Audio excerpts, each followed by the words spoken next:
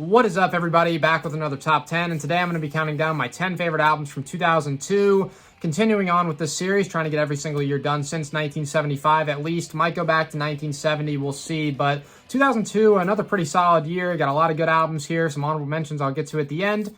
Here we go. I'm alright, I'm crossing over. I just shot the sun.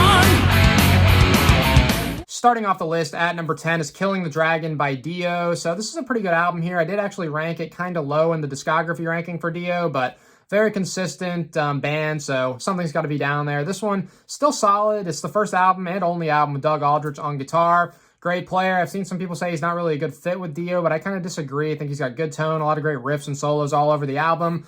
Fits perfectly fine in my opinion, and all around the lineup's killer on this. Of course, Dio, one of the best singers of all time, still sounds very good on this, and it's relatively late in his career, obviously. Jimmy Bain on bass, another one of the all-time greats. Simon Wright on the drums is fantastic. Just looking at this track listing, there's 10 songs. Some of the standouts, I would say, are the title track, Along Comes a Spider. By far my favorite is Better in the Dark. Has an amazing classic feel. The riff is awesome. Good, like, high-tempo, fast song. Just really good stuff with that one. And another standout, I'd say, is Before the Fall. Just really good, heavy riff to start that one. But cool album here. Got to make my list. Killing the Dragon, number 10.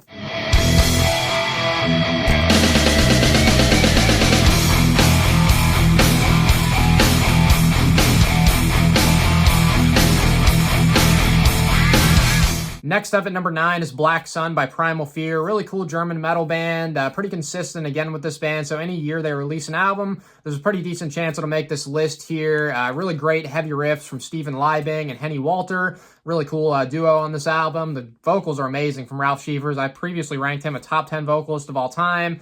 Similar style to Rob Halford, hit some amazing high notes, just really good voice. Matt Sinner on the bass is good. He's got his own band called Sinner, been with Primal Fear since the beginning, so he's a pretty notable guy. Looking at these songs, a lot of cool ones, but the standouts, I would say, are the title track, Armageddon for sure. That's got a really great, catchy chorus. And maybe the heaviest song on the album, and one of the best for sure, is Cold Day in Hell, but give those songs a chance. If you're not familiar with Primal Fear, definitely check them out, especially if you like Judas Priest. But really great band, great album here. Black Sun, number 9. Running or hiding, you'll never escape. You want the promise, now you won't betray. Next up at number 8 is Culmination by Eidolon. Really great band that I think is criminally underrated. I never really got why they weren't bigger. They released a freaking string of really awesome albums in the early to mid 2000s. This one, freaking killer as well. It's the first one with Pat Mullock on the vocals. Good, like, high, soaring, majestic-sounding voice. And, of course, this is the Drover Brothers band. Glenn Drover on guitar, Sean Drover on drums, both amazing musicians. I feel like people especially forget how good of a guitar player Glenn Drover is. He was just on the One Megadeth album. Sean was in the band a lot longer. But Glenn also on a King Diamond album in 2000, House of God. He was on United Abominations by Megadeth. And he's just a great player. Good heavy riffs all over the album. Great soloer. Looking at some of these songs, standouts, I would say, are the title track, Life in Agony, and a really, really awesome heavy one is Hunt You Down. Really aggressive, just angry-sounding song that I recommend to go check out. Just a really cool band and album here, Culmination, number 8.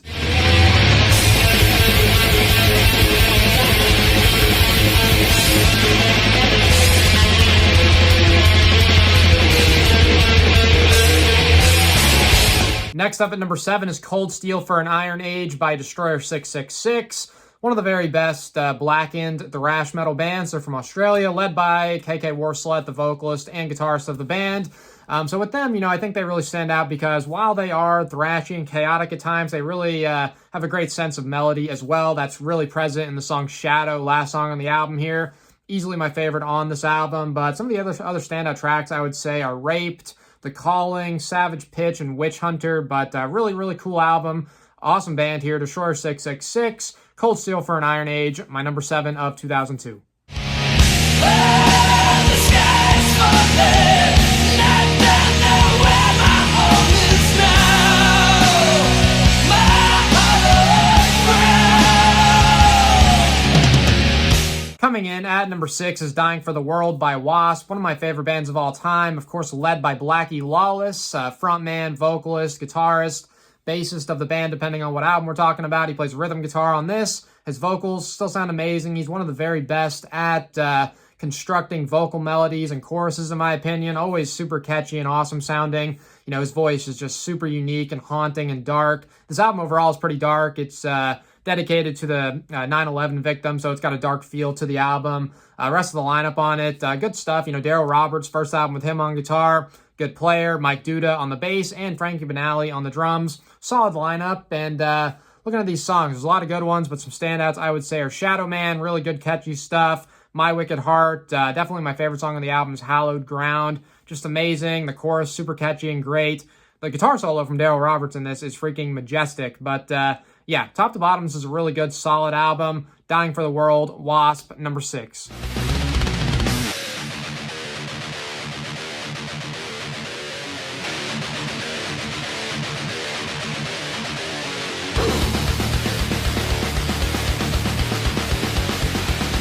Coming in at number 5 is Waking the Fury by Annihilator, my favorite Canadian band of all time. Of course, they're led by Jeff Waters on guitar, the sole constant member since the beginning, and this guy is easily one of the best guitar players of all time, especially in metal. His riffs, his solos, his tone, his melodies are all amazing. You know, he's one of the best at being very chaotic, but controlled at the same time. Anybody that's heard one of his solos just knows it's freaking mind-blowing and mesmerizing to hear. Just super awesome stuff. And with this album, it's actually kind of different than like most of the other Annihilator albums. Typically with Annihilator, it's really like clean production. With this one, really raw. The guitar tone is kind of fuzzy sounding. It's definitely different than a lot of their stuff, but definitely works, because with raw, chaotic, fast thrash, it can work clean or very raw like this, I think. But looking at these songs, Ultramotion to start it off is amazing. Just super chaotic, fast, heavy one to start it off. The typical stuff you expect with Annihilator. But My Precious Lunatic Asylum, another great one. Just amazing melodies in this song from Jeff. Looking at some of this stuff, you got The Blackest Day, probably the best song on the album. The freaking riffs are great in it. Nothing to Me, another standout. And Cold Blooded to finish off the album. This is their last with Joe Kumiyu on vocals. Really good voice. They've had freaking like 6 singers, and he is possibly my favorite. It really depends on the day, but they've had some really good singers, some that are kind of eh. But Joe, definitely really good. He played rhythm guitar for Overkill in the 90s. He sings with Liege Lord, so he's been around the scene for a while. But yeah, great album here. Waking the Fury, number 5.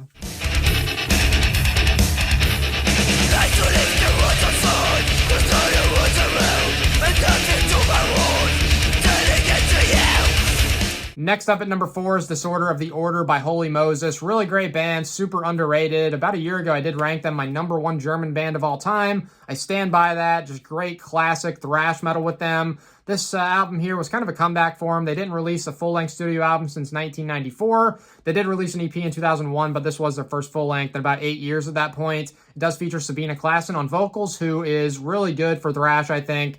You know, one of the earliest, probably the earliest female vocalists to sing with that really harsh style, borderline death metal type vocals. And, you know, she's one of the most brutal singers there is, whether it's a girl or a guy.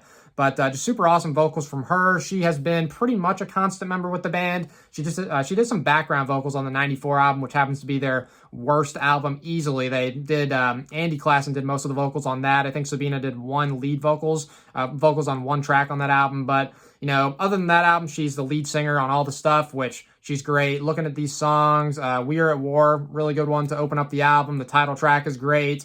Just really heavy, chaotic, you know, thrash metal. It's not anything groundbreaking, but it's really good, solid stuff for sure. And some of the more melodic songs on the album, I'd say, are I Bleed and 1000 Lies. Really good, catchy choruses with those. But yeah, top to bottom, this is a great, solid thrash metal album that I definitely recommend. Disorder of the Order, Holy Moses, number 4. A broken glass, use it in your skin. The broken glass.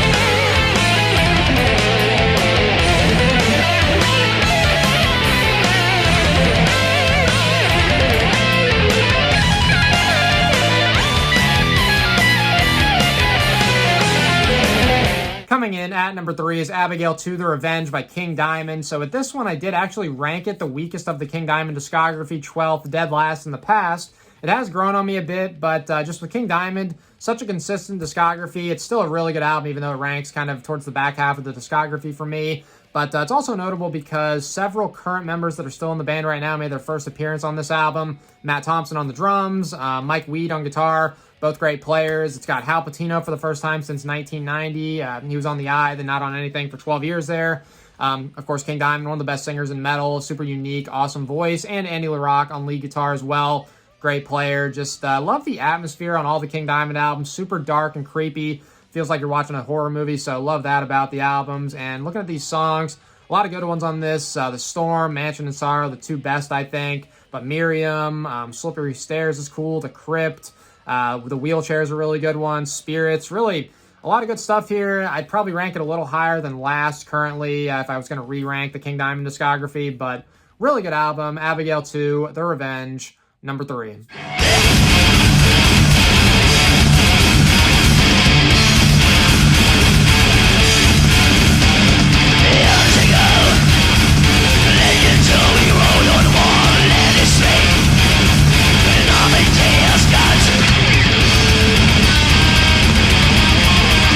Next up at number 2 is Sons of Northern Darkness by Immortal. Fantastic stuff here. One of my absolute favorite black metal albums of all time. Really love the thrash metal elements that are incorporated in this. Kind of, you can call it black and thrash, whatever you want to call it. It's a great album. The lineup, it's got, of course, a Both on vocals, guitar. He does bass on all the songs except for one. Got this guy named Ascaria on the cover there. He only plays bass on one song. He's credited as the bass player, but Abath is doing most of the work there, and Horg on the drums, who's a freaking machine. And also, Demonaz, even though he wasn't playing guitar or doing any instruments, he wrote all the lyrics for those albums that he's not technically on. He's still writing the lyrics, but the first song on here, One by One, is amazing. My favorite Immortal song. One of my very favorite songs to just turn the freaking radio all the way up in the car, start blasting that one super loud. It's just an amazing song. The title track is great as well. In My Kingdom Cold, which I believe I saw the Abath solo band do, which was really cool to see. But top to bottom, this is a great album. My number 2 of 2002, Sons of Northern Darkness. And real quick, a couple honorable mentions I'll list before I get to number 1.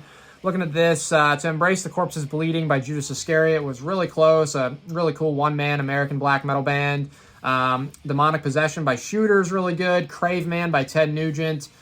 It's kind of on the border hard rock and metal. It's one of his heaviest albums, so could technically qualify. Going to give it an honorable mention. Sunless Days is really good by Dokken. I really like some of that 2000s material from Dokken. Pretty underrated. Hammered by Motorhead is really cool. Nordland 1 by Bathory. Crucible by Halford, the Rob Halford solo band there in the early 2000s. And that's all I got for honorable mentions. So on to my number 1.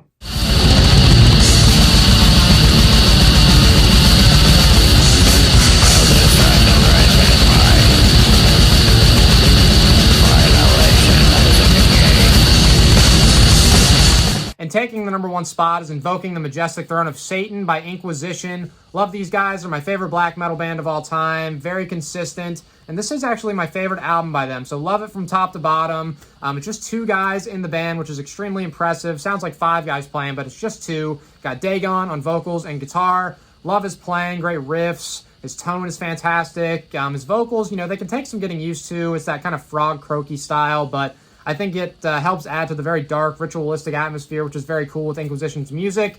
And Incubus on the drums, who's been with them since 1996. And dude's just a machine back there. One of the best drummers in black metal. Really one of the best in metal as a whole. One of the best drummers. But looking at these songs, they're a freaking sentence long each for the most part. A mouthful. But looking at these, Embraced by the Unholy Powers of Death and Destruction, the opening song is maybe my favorite song of theirs of all time. Just super chaotic, raw, heavy, aggressive stuff, which I love. Enshrouded by the Cryptic Temples of the Cult, the second song, really good as well. Kill with Hate is fantastic. The opening riff is just super heavy and awesome. Really could list all the songs, but another one, for Lucifer My Blood, that really showcases how good Dagon's guitar tone is. Just when it breaks into that riff is amazing. Just go check that out. And, they're a band that, while they are like freaking pummeling heavy and aggressive, like a lot of the time, they really incorporate, kind of the spacey, atmospheric, more melodic stuff very well. It's a nice combo of both of those styles. But yes, great band, great album here, Invoking the Majestic Throne of Satan, my number 1 of 2002. And that does wrap up the list. I want to know y'all's lists. I'll drop them in the comments. Let me know what y'all thought. And until next time, thank you for watching.